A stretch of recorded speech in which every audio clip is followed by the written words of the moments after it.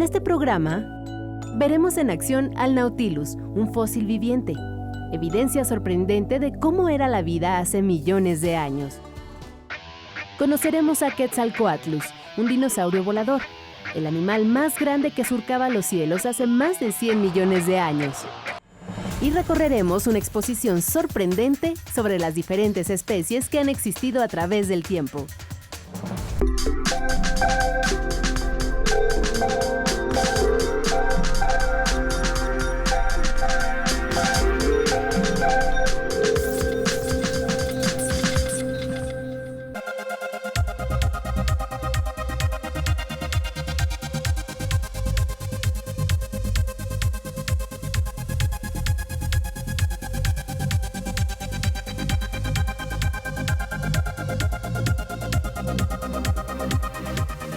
Bienvenidos a Factor Ciencia, yo soy Alejandro García Moreno y una vez más me encuentro en el Museo de Historia Natural de la Ciudad de México, ubicado en la segunda sección del bosque de Chapultepec.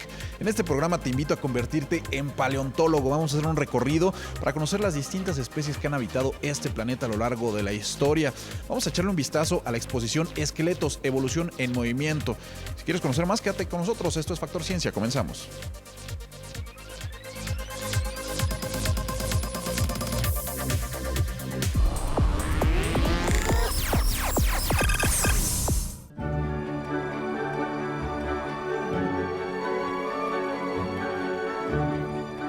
Fósiles como estos sirven para recrear la vida de una especie. Estos son trilobites. Son algunos de los animales más antiguos que se conocen. Su cuerpo aplanado estaba cubierto por un exoesqueleto o un esqueleto exterior que seguramente le sirvió para protegerse de sus depredadores. Los primeros trilobites aparecieron en todos los mares del planeta hace más de 550 millones de años. Algunos eran diminutos, apenas de unos cuantos milímetros. Los más grandes llegaban casi al metro de longitud. Estos animales marinos tenían ojos, patas y antenas, pero en la mayoría de los fósiles no se han conservado estas características. Lo que sí podemos observar es la división de su cuerpo en tres partes. De hecho, es el primer animal segmentado que se conoce. Tiene una cabeza, tiene su tórax y tiene su cola. De ahí el nombre de trilobite. Otro de los animales más antiguos que se conoce es el Nautilus. Vamos a conocerlos. Este es uno de los restos fósiles de un amonite, un cefalópodo prehistórico. Su caparazón, formado por aragonita, un cristal de carbonato de calcio, ha permitido su conservación con el paso del tiempo. Los amonites habitaban los mares hace 400 millones de años. Eran animales abundantes y los mayores depredadores de su cadena alimentaria. Después se convirtieron en alimento de otras especies. Se extinguieron hace 65 millones de años, al igual que los dinosaurios tras el impacto de un meteorito en Chicxulub, Yucatán. El tamaño de estas criaturas marinas fue diverso, desde unos cuantos centímetros hasta 3 metros de longitud. Su concha estaba dividida en varios segmentos o cámaras. El invertebrado vivía en la última habitación. Conforme crecía, se formaba una nueva cámara de mayor tamaño. La especie más parecida a un amonite es el Nautilus, un animal fantástico que puede llegar a tener hasta 90 tentáculos. A diferencia de los pulpos y calamares, es el único cefalópodo que conserva su concha, la cual también es una espiral. Las cámaras más antiguas están llenas de gas, lo que le ayuda a flotar suavemente. Para moverse utilizan un sistema de propulsión a chorro, que logra al introducir agua en sus cámaras para luego expulsarla. Habita entre los océanos Índico y Pacífico. Su tamaño máximo es de 30 centímetros y se alimenta de pequeños crustáceos. El Nautilus es una especie amenazada debido a la caza no regulada. Su concha es utilizada en la elaboración de piezas de joyería. De extinguirlo, estaríamos aniquilando a un fósil vivo, una evidencia sorprendente de cómo era la vida hace millones de años.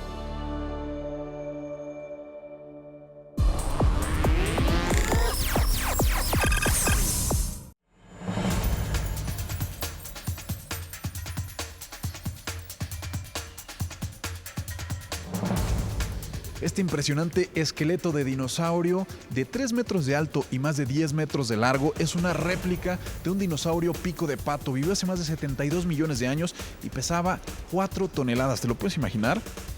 Hace más de 230 millones de años, estos reptiles prehistóricos eran los reyes de la Tierra. Prácticamente dominaban todo el planeta. Hoy en día son famosos gracias a los descubrimientos de científicos y a los hallazgos de restos fósiles que, pues han ayudado a hacer este tipo de reconstrucciones y, por supuesto, los consideran ahora objetos de estudio fundamentales. Los paleontólogos saben que la osamenta de estas especies no solo es la evidencia de que existieron, sino la materia prima para conocerlos. Pero los huesos no son las únicas pistas que nos da la naturaleza para comprender cómo eran estos fantásticos animales. Se han descubierto otras pistas como pisadas, huevos o incluso sus dientes que ayudan a los científicos a recrear sus hábitos y, por supuesto, la evolución de estos ejemplares. Desde el florecimiento de la vida, nuestro planeta ha guardado un lugar especial para los animales monumentales, cuyas formas y dimensiones han dependido del entorno y la evolución. Pensemos en la era paleozoica, hace más de 360 millones de años, cuando la vida se desarrollaba particularmente en el mar. Entonces existieron los euriptéridos, un tipo de escorpiones de más de 4 metros que ejercían el rol de grandes depredadores. De esa misma etapa eran los nautiloideos. Y las amonitas están enrolladas así como el nautilus actualmente. Estos nautiloideos de los que estoy hablando estarían desenrollados y formarían como unos grandes barquillos, pero unos grandes barquillos también más de 5 metros de largo y con unos picos muy parecidos a los picos como los tienen los pulpos. Al final de la era paleozoica, hace más de 290 millones de años, los reptiles evolucionaron y ganaron altura de forma impresionante. Para el Mesozoico, hace más de 200 millones de años, había ejemplares colosales, como los saurópodos, los animales terrestres más grandes que han pisado este planeta, con más de 30 metros de longitud. Se les ha denominado también sismosaurios, debido a las trepidaciones que provocaban al caminar. Y temblaban, ¿no? Por el peso tan grande que podemos hablar entre 5 y 7 elefantes africanos juntos, ¿no? En cuanto a peso y en cuanto a tamaño, pues más de un edificio de 3 pisos de alto, ¿no? Para que pasara la cabeza el dinosaurio y nos saludara. Con el surgimiento de los grandes mamíferos terrestres hace 70 millones de años, devino el Paraceratherium, un verdadero titán muy parecido al rinoceronte y al caballo.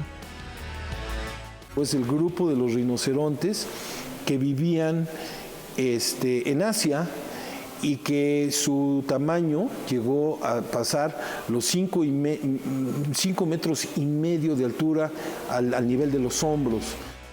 El continente americano también ha sido el hogar de organismos impresionantes.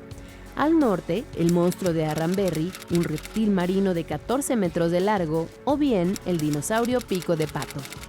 En la zona central de América habitaron mastodontes de casi 3 metros de altura. La talla de los organismos no es un capricho de la naturaleza. En realidad, tanto los animales prehistóricos como los actuales incrementan su tamaño debido a 2 circunstancias: la abundancia de alimento y para evitar ser presas de los depredadores. Donde los animales que se quedan atrapados en islas, que por alguna razón llegan a colonizar una isla, si son gigantes, como los mamuts o los elefantes, se hacen enanitos.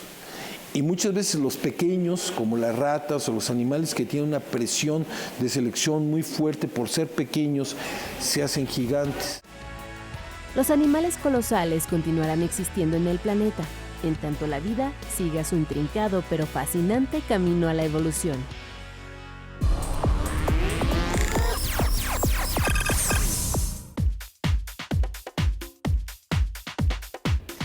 Este esqueleto que tenemos aquí es el esqueleto de un gallo común y corriente, pero si lo miras detalladamente puedes encontrar grandes similitudes entre esta estructura y la de un dinosaurio. Incluso hay científicos que consideran que las aves son los únicos dinosaurios que lograron sobrevivir a la extinción masiva de dinosaurios hace 60 millones de años.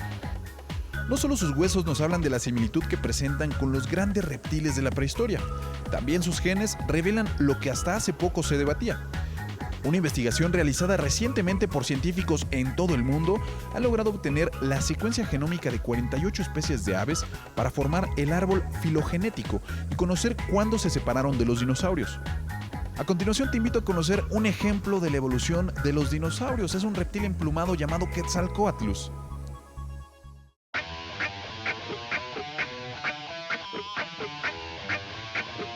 Antes que las aves surcaran los cielos, los reptiles ya lo habían hecho.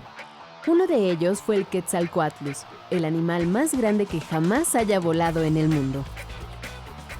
Un impresionante pterosaurio que habitó Norteamérica hace 90 millones de años y cuyo nombre se deriva de la deidad azteca Quetzalcóatl, la serpiente emplumada. El Quetzalcóatlus medía 5 metros de alto y 12 metros de envergadura, prácticamente el tamaño de una avioneta. Estos reptiles salados no tenían plumas, pero sí pelo. Volaban y planeaban porque sus huesos eran delgados y ligeros. Sus alas estaban formadas por una membrana, semejante a las alas de los murciélagos. En la localidad de Chapada do Araripe, al sur de Brasil, investigadores del país sudamericano encontraron los restos fósiles de un Tropeognathus mesembrinus, el hallazgo más completo hasta ahora de un pterosaurio. Luego de la reconstrucción, los paleontólogos pudieron precisar que el esqueleto pertenece a un macho de 8 metros de envergadura, que vivió hace aproximadamente 110 millones de años. El proyecto de restauración fue posible gracias a la Fundación Río de Janeiro, que financió las investigaciones. Ahora, el fósil de este reptil volador, que se distinguió por tener dentadura y una cresta en el pico, se exhibe en el Museo Nacional de la Universidad Federal de Río de Janeiro.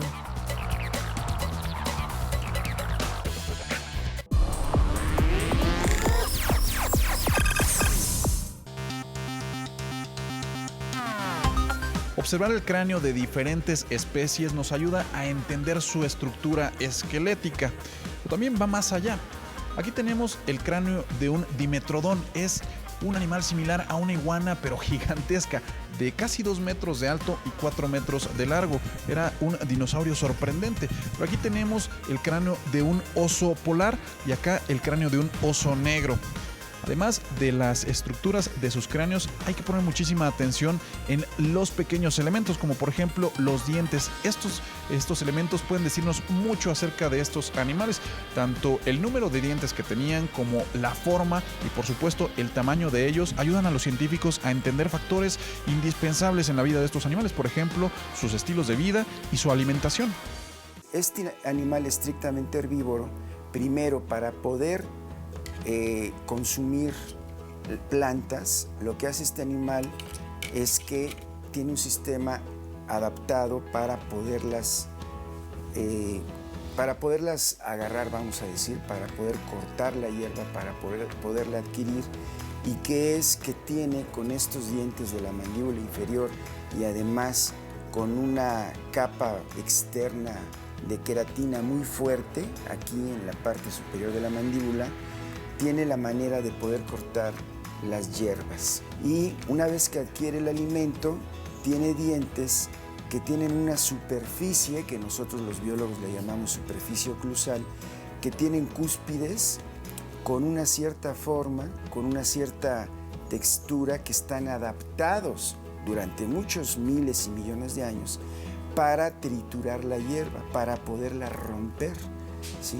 Vamos a examinar un caso extremo de un animal carnívoro, que es muy carnívoro. Este carnívoro, que en este caso se trata de un jaguar, este es el cráneo de un jaguar, como se puede ver, pues tiene aquí dientes especializados, los grandes caninos, para poder sostener a su presa, para poder capturarla, y tiene dientes extremadamente especializados para cortar el hueso y cortar la carne. Por eso puede ser un carnívoro muy exitoso. Hola, soy Marisela Pérez y quisiera saber qué es un megalodón. El Carcharodon megalodon, que es, digamos, su nombre científico, es una especie de tiburón que vivió en una edad geológica que se conoce como el Mioceno y el Plioceno. En términos de millones de años, lo podríamos ubicar hace 20 millones de años, más o menos, depende de la fuente que consultemos, y Hay un poco de controversia acerca de su extinción, porque para algunos especialistas el Carcharodon megalodon dejó de existir en este planeta hace aproximadamente unos 3 o 2 millones de años, y hay algunas personas que se quieren encontrar al tiburón, al Carcharodon megalodon, que tengo su mandíbula aquí atrás de mí hoy en nuestros días. Es prácticamente imposible pensar en un animal depredador con esas características y esas dimensiones. No habría presas, no habría animales de los cuales se podría alimentar. A lo largo del tiempo y del desarrollo de la historia, mucho se pensó que el Carcharodon megalodon era el ancestro del tiburón blanco, que el tiburón blanco era como el hijito del Carcharodon megalodon. Para nuestra sorpresa, se empezaron a encontrar dientes del tiburón blanco junto con los dientes del Carcharodon megalodon, aunque no hemos encontrado, digamos, un esqueleto completo como se han encontrado de otros fósiles. Tenemos los dientes, tenemos las mandíbulas y tenemos algunas otras estructuras calcificadas, y por esas características, para algunos paleontólogos consideramos que el Carcharodon megalodon es primo hermano del tiburón blanco. El Carcharodon megalodon vivió una especie como de Edén del tiempo del océano, en donde no nada más el Carcharodon megalodon, había 14 especies, y no estoy exagerando, había 14 especies más de tiburones, que había tanta comida en el mar que se hicieron gigantescos y se hicieron con dientes muy grandes y demás. En el caso de los tiburones, digamos, la parte fundamental o más importante que se preserva al registro paleontológico son los dientes. Los tiburones tienen un esqueleto que tiene un proceso de mineralización distinto al de los otros huesos, pero sus dientes son tan fuertes y tan bien mineralizados como los dientes de cualquier otro vertebrado. Este diente que estoy mostrando yo, que proviene, por cierto, de Baja California, es un diente que ocupa una de las posiciones anteriores de la mandíbula, y como pueden ver, el siguiente diente es un diente pequeño, y que en lugar de que esté inclinado hacia la esquina de la mandíbula, está inclinado hacia el centro. Eso es muy interesante porque es un diente intermedio que también lo presenta el tiburón blanco. Podemos hacer una comparación de un adulto, que si la cámara está viendo la mandíbula es de ese tamaño, con lo que nosotros consideramos un bebé prácticamente recién nacido de la misma especie. Provienen de la misma localidad, en un lugar en Baja California Sur, en una zona que está cerca de San José del Cabo, y que tiene alrededor de 3 millones de años. Aquí lo único que hay que notar, es que prácticamente los tiburones megalodones nacían del tamaño que hoy es un tiburón blanco. Y estamos hablando de un animal que mide más de 5 metros de largo. Y realmente en el campo de los peces, no ha habido un depredador más grande. Hay reptiles marinos que fueron depredadores que llegaron a ser más grandes que megalodón, pero no peces.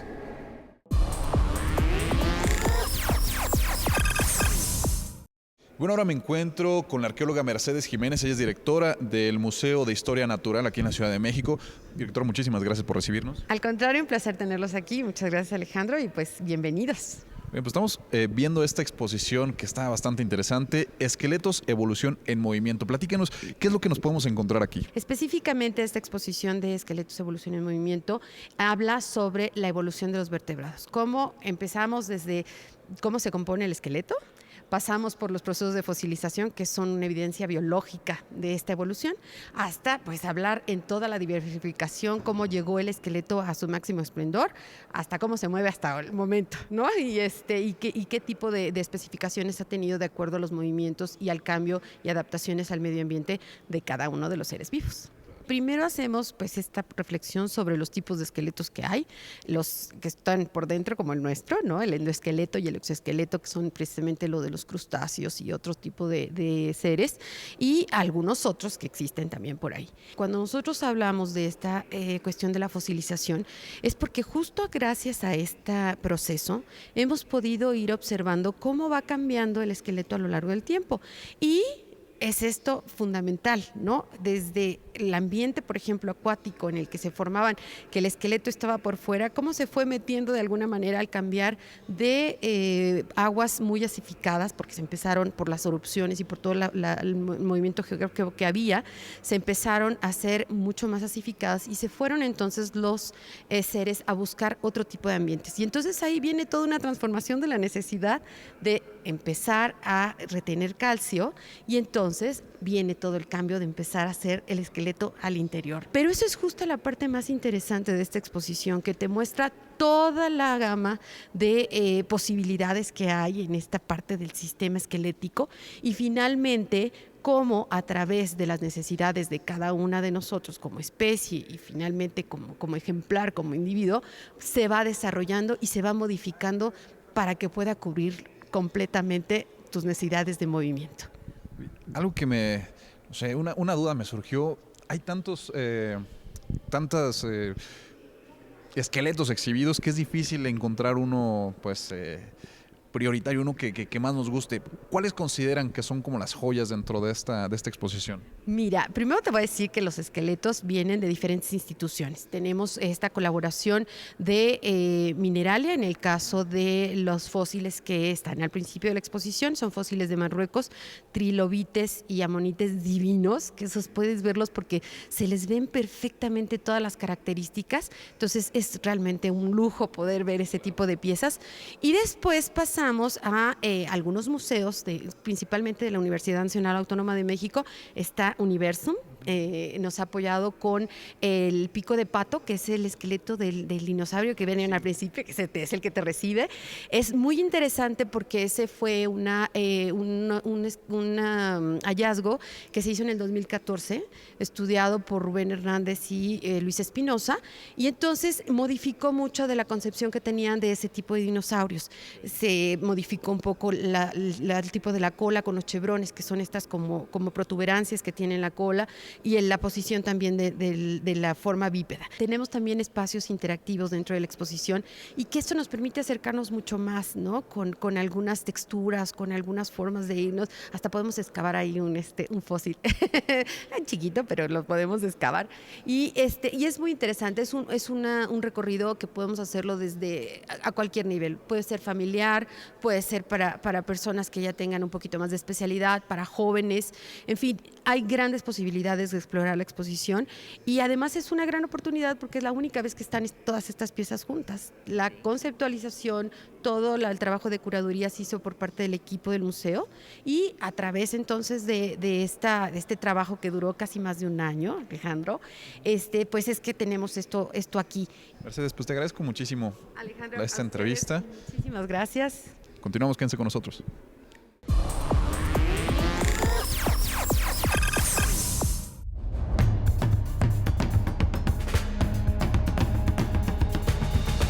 El ser humano, como cualquier otra especie, ha evolucionado biológicamente. Los cráneos, los esqueletos y también los fragmentos óseos encontrados alrededor del mundo nos ayudan a contar la historia de esos homínidos que han vivido en el planeta a lo largo de la historia, los hombres prehistóricos que comenzaron a utilizar las herramientas para sobrevivir. Una de las ideas seminales de Darwin fue justamente el relacionar a las diferentes especies vivas a partir de un ancestro común. En términos de evolución humana particularmente, sucede más o menos lo mismo. Entonces, claramente aquí podemos ver cómo hay un ancestro común a partir del cual se ramifican una serie de especies que después van a dar lugar a nuestra especie, al Homo sapiens. El cuadro está representado de abajo hacia arriba en términos temporales. Hasta abajo tenemos la especie más antigua y hasta arriba tenemos, como ustedes pueden ver, al Homo sapiens. Uno podría pensar una especie de progreso o una tendencia hacia el progreso. Bien, una de las cosas que Darwin llamó la atención fue que la evolución justamente no trabajaba en ese sentido, no trabajaba mejorando las especies, sino simplemente las más adaptadas eran las que terminaban por sobrevivir. Una cosa interesante de las cuales Darwin efectivamente tuvo la razón fue su intuición a partir de dónde podríamos ubicar el origen de la especie humana.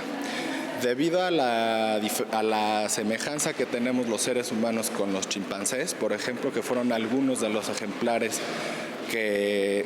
o de las especies de primates no humanos que Darwin pudo conocer, él pensó, dada la semejanza morfológica entre ellos y el Homo sapiens, que justamente ahí era donde podríamos hallar el origen de la especie humana. Para Darwin no tuvo la fortuna de conocer la actualidad, digamos, de la evolución humana, pero hoy por hoy se acepta de manera general que el origen de la especie humana está efectivamente en África. Resulta contradictorio o resulta más bien confuso pensar que solamente una especie es la que está presente. Esto es una contingencia histórica y hoy en día solamente está el Homo sapiens como el único hominino presente en el planeta, pero hubieron momentos en los que esto no fue así. Y esto nos lleva a pensar en que la competencia que hubo entre los diferentes homininos dio lugar a que a la postre terminara siendo una sola especie la que dominara su nicho ecológico, y hoy no nada más un nicho ecológico, sino diversos ecosistemas a lo largo del planeta.